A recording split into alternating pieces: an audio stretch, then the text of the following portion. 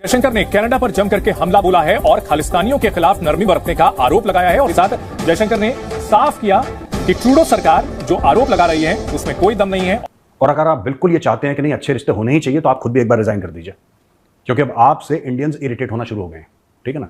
और कनाडा को इतना कोई बड़ा हुआ मत समझना, समझ रहे हो जस्टिन ट्रूडो।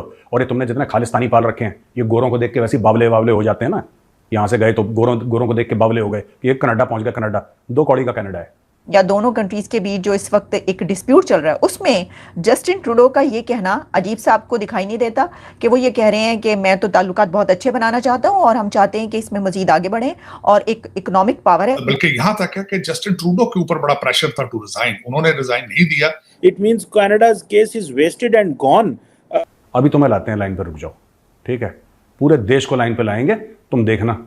और ये 2023-2024 में ही हो जाएगा। अभी देखते हैं, जब पेट पे लात पड़ेगी तब पता लगेगा। लोग ट्रूडो को मिलकर बेइज्जत कर रहे हैं और अब तो इतना बेचारा बेइज्जत हो चुका है कि माफी तक मांगने की नौबत आ गई और ये तो होना ही था। उन्होंने कहा होगा ट्रूडो को कि तुम इतनी छोटी सी कॉज के लिए और ये जो चर्निंग हो रही है इसको हम लेट गो नहीं कर सकते। और बात तो सही है ना कि कनाडा जो है they have to amend their laws और प्रोसीजर्स। उनको देखना होगा कि फ्यूचर के अंदर जिन लोगों को यहाँ पे रखते हैं, अकोमोडेट करते हैं, उनके बारे में रिसर्च करना जरूरी है। चुनाव तो हार रहा है अपने ये जस्टिन ट्रूडो, और क्योंकि चुनाव हार रहा है अभी अपनी पॉपुलैरिटी बूस्ट करने के लिए अब इसने बोला मैं इंडिया से पंगा ले लूं तो मैं बड़ा फेमस हो जाऊंगा यहाँ पे। मुझे लगता है पाकिस्तान और कनाडा की एक जैसी पोजीशन है। हम भी अमेरिका को कहते थे, फलां कहते थे, इंडिया को वो इंज करे साड़ना। जय हिंद दोस्तों 10-12 दिन तक विवाद चला भारत कनाडा का। अब दोस्तों माफीनामे पे आ गए हैं जस्टिन ट्रूडो। उन्होंने कहा बहुत बड़ी स्टेटमेंट कि हमें भारत के साथ अदर मसले जो हैं, ये निज्जर वाला मसला, इन सबको साइड में रख के भारत के साथ हम मित्रतापूर्ण रिश्ते के लिए प्रतिबद्ध हैं। दोस्तों आज से 10 दिन पहले तक ट्रूडो बार बार यही कह रहे थे कि इंडियन एजेंसीज इन्वॉल्व हैं निज्जर की हत्या में, जो कि हमारे लोकतंत्र पे बहुत बड़ा हमला है। लेकिन अब कह रहे हैं कि भारत से हमारी मित्रता के लिए हमारी प्रतिबद्धता है। तो दोस्तों पूरी दुनिया इसे कह रही है कि एक तरीके से ये ट्रूडो का माफीनामा टाइप हो गया है, क्योंकि डायरेक्ट एक हत्यारा का आरोप लगा के फिर मित्र बताना, ये एक तरीके से माफी ही मांगी जाती है। इंटरनेशनल कम्युनिटी में कोई आप लोगों को डायरेक्ट सॉरी कहता हुआ किसी अदर देश को नहीं नजर आएगा। ये दोस्तों रियलिटी है। छोटे से छोटा देश, जैसे अभी आप लोग मान लो अफ्रीका का कोई देश, अमेरिका को कभी ऑफिशियल ऐसे नहीं बोलेगा आई अपोलोजाइज टू अमेरिका या यूएसए। तो जहां तक पॉलिटिकल टर्म में इन्होंने ये जो बात की है मित्रता के लिए प्रतिबद्ध वाली, तो मेरे हिसाब से इन्होंने माफी एक तरीके से मांग ली है। लेकिन जयशंकर साहब और मोदी साहब इनको माफ करें, ये मुझे नहीं लगता। और आप इंडिया के साथ अगर अच्छे रिश्ते चाहते हैं तो आपको 2 चीज़ें करनी होंगी। एक तो फौरी तौर पे आप माफ़ी मांगिए, ठीक है ना, पहले तो माफ़ी मांगिए। दूसरा, ये जितने भी खालिस्तानी जो इंडिया ने, जिसमें केस चल रहे हैं यहाँ पे इंडिया में, आप इनको एक्स्ट्राडाइट करिए भारत। इसको तो आप इंडिया बोल देंगे तो काटना शुरू कर देगा, भौंकना शुरू कर देगा। ठगमीत को छोड़िए। इसके अलावा आप बताइए, इसके अलावा किस किस को आपने, एक अपने लीडर ऑफ अपोजिशन को, आप अपने पूरे जो प्रेस गैलरी है उधर लोगों को बैठाइए, कैनेडियन पार्लियामेंट का सेशन बुला के बोलिए ये हमारे पास प्रूफ है, give it to everybody, let the world see what proof you have. Proof तुम्हें देनी नहीं है, बार बार अपनी बकवास रिपीट करनी है तुमने, फिर कहना है कि यार इंडिया के साथ रिश्ते अच्छे होने चाहिए। ऐसे होंगे रिश्ते अच्छे? कभी भी नहीं होंगे, कभी भी नहीं होंगे। अभी तो देखो ट्रूडो बेटा, तुम्हारी बेइज्जती शुरू हुई है अभी तो तुम्हें और बहुत जलील होना है, बहुत रुस्वा होना है अभी, और तुम्हें मारेंगे कम बेटा, घसीटेंगे ज़्यादा। तुम देख लेना, तुम्हारी बेइज्जती होगी हर जगह तुम जाओगे तुम्हारी बेइज्जती होगी। तुम देख लेना, ऑलरेडी तुम्हारी शुरू हो गई थी G20 में, ऑलरेडी G20 में तुम्हारी बेइज्जती शुरू हो गई थी। और फिर तुमने क्या बोला कि मुझे पक्का पता है कि जो ब्लिंकन की मीटिंग होगी, एंटनी ब्लिंकन की मीटिंग होगी डॉक्टर एस जयशंकर के साथ, उसमें पक्का ये कनाडा वाला इशू वो रेस करेंगे, निज्जर वाला इशू। कनाडा इंपॉर्टेंट है ही नहीं यार, कनाडा इंपॉर्टेंट है ही नहीं दुनिया के लिए। वो नहीं हुआ रेस, वो इशू नहीं हुआ रेस, क्योंकि तुम भी पाकिस्तान की तरह हो, तुम्हारे साथ भी ये प्रॉब्लम है। You are Pakistan with money, Pakistan is Canada without money. When I say Canada, I don't mean the natural beauty and the natural resources, I mean the mindset of the politicians. जो दिमाग है ना तुम लोगों का कि वी आर सो इंपॉर्टेंट कि जब 2 लोग बात करेंगे तो हमारे बारे में बात नहीं करेंगे, ऐसा हो कैसे सकता है ना। तो उन्होंने नहीं बात करी, अब बताओ क्या करना है। वो सिर्फ बातों का खेल खेल रहा था कि इसका ताल्लुक भारत से है, इसका ताल्लुक इससे है।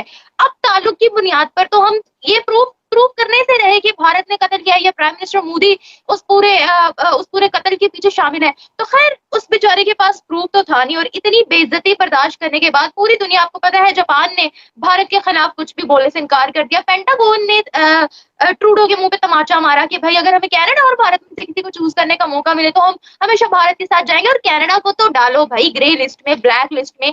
ये है क्या, ये कि किस तरह के एलिगेशंस लगा रही है जिनको ये खुद साबित नहीं कर पा रहे। फिर उसके अलावा बांग्लादेश के फॉरेन मिनिस्टर ने बड़ा अच्छा तमाचा मारा ट्रूडो पे, कहा वो यार प्राउड ऑफ इंडिया, और इंडिया तो ऐसी इमेच्योर चीजें कर ही नहीं सकता है।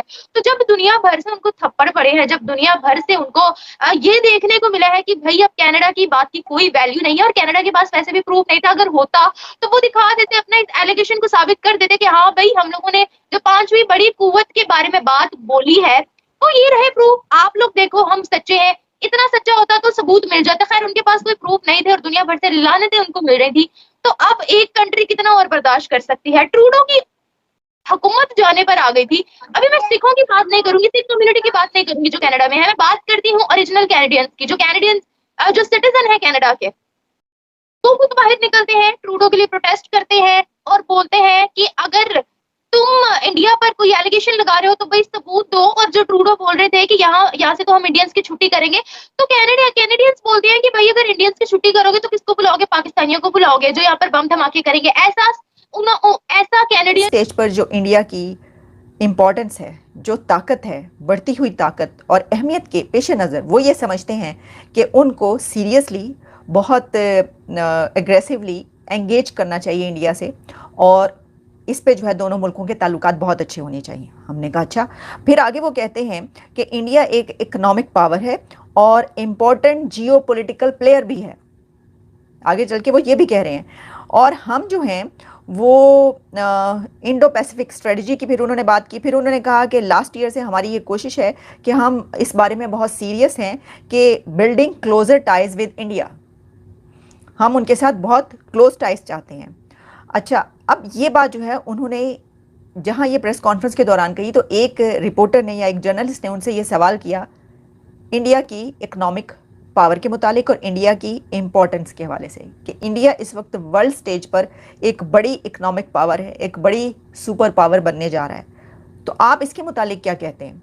तो मुझे ऐसा लगता है कि जो जर्नलिस्ट है, जो रिपोर्टर ने सवाल किया, उन्होंने शायद उनसे ये सवाल इसलिए था कि ये जो आपने एक लड़ाई शुरू कर रखी है, तो क्या आप समझते हैं कि लोग आपके साथ देंगे, या आप समझते हैं कि एक बढ़ती हुई ताकत के साथ जो है इस तरह के आप अगर रिलेशंस कायम रखेंगे तो आपको फ़ायदा होगा। लेकिन इसका एक और एंगल ये है कि उन्हें ये भी पूछा गया होगा कि आपके तो ट्रेड बहुत बड़ी है उनके साथ, आपको बड़ा नुकसान होगा, क्योंकि जब ये सारी बातें चल रही हैं तो उसमें हमने ये भी देखा है कि कोई भी कंट्री जो है ना वो अपने जो इकोनॉमिक बेनिफिट्स हैं वो नहीं छोड़ता। तो वो हम ये भी देख रहे हैं कि कनाडा के जो इकोनॉमिक बेनिफिट्स हैं वो इंडिया के साथ जुड़े हुए हैं। यानी तो दोस्तों, जैसा कि आप लोगों को पता है कि ये इस समय कनाडा की क्या स्थिति हो गई है भारत से पंगा लेने के बाद, दुनिया के बड़े बड़े देश भारत के खुलेआम सपोर्ट में आ गए। इवन दो इस मामले में तो चीन भी सपोर्ट में आया। आप लोगों को पता होगा कि चीन के मुखपत्र ग्लोबल टाइम ने कैसे कनाडा और यूएसए को एक ही साथ भारत के इस मसले पर लथेड़ा। इसके बाद जापान, इसके बाद इजराइल, मतलब कौन सा ऐसा देश है जो भारत के साथ नहीं आया इस इशू पे। या तो अधिकतर यूरोपियन नेशन न्यूट्रल है या तो भारत के साथ है। बांग्लादेश, श्रीलंका, पूरा एशिया एकजुट हो गया था भारत के साथ। जापान, तो दोस्तों ऐसे ही यूनिटी से जब भारत ने सबको मदद की है, हमेशा यूनिटी से चला है, तो नो डाउट यार जब आप अच्छा करोगे तो आप लोग को अच्छा रिस्पॉन्स जरूर मिलेगा। तो वही भारत के साथ हुआ। भारत ने कोरोना में, हर मुश्किल देश में, हर मुश्किल समय में, हर सिचुएशन में हर देश की हेल्प की, तो क्यों ना भारत के साथ आएंगे। टर्की तक ने यह कहा कि भारत को यूएन में स्थायी सदस्यता मिलना चाहिए, और टर्की तक ने इस इशू पे बात नहीं करा भारत कनाडा विवाद पे, जबकि टर्की पाकिस्तान, चाइना के बाद भारत का तीसरा सबसे बड़ा दुश्मन माना जाता है। लेकिन दोस्तों ये होती है हमारी पावर, ये प्राइम मिनिस्टर नरेंद्र मोदी जी की पावर, और ये है हमारे one of the great foreign minister Shri Jaishankar साहब की पावर, और ये उभरता हुआ भारत है। आखिरकार कनाडा झुक गया है। आप लोग वर्ल्ड मीडिया चेक करें एक बार थोड़ा सा, मैं आप लोगों को बता रहा हूँ। वी-ऑन न्यूज आप लोग देख लें, जो कि इंटरनेशनली फॉलो किया जाता है। ANI आप लोग देख लें, इन दो पे आप लोग को मिल जाएगा 1-2 न्यूज। और अगर आप लोग कमेंट करेंगे मैं आप लोगों को लिंक भी दूंगा जिसमें ये बताया गया है। उन न्यूज पे काफी डिस्कशन हो रही है। हैज ट्रूडो इनडायरेक्टली से सॉरी टू इंडिया, तो आप लोग देख सकते हैं। और मेरे हिसाब से तो ये बस इन्होंने इतना ही कहा, धीरे धीरे ये मामला ठंडा हो जाएगा। निज्जर विज्जर को साइड में रखेंगे और भारत से कनाडा आग्रह करेगा कि हमारे साथ रिलेशन खराब ना करे। आई होप ये वीडियो आप लोगों को अच्छा लगा। जुड़े रहे ऐसी वीडियोस के लिए, तब तक के लिए धन्यवाद। जय हिंद।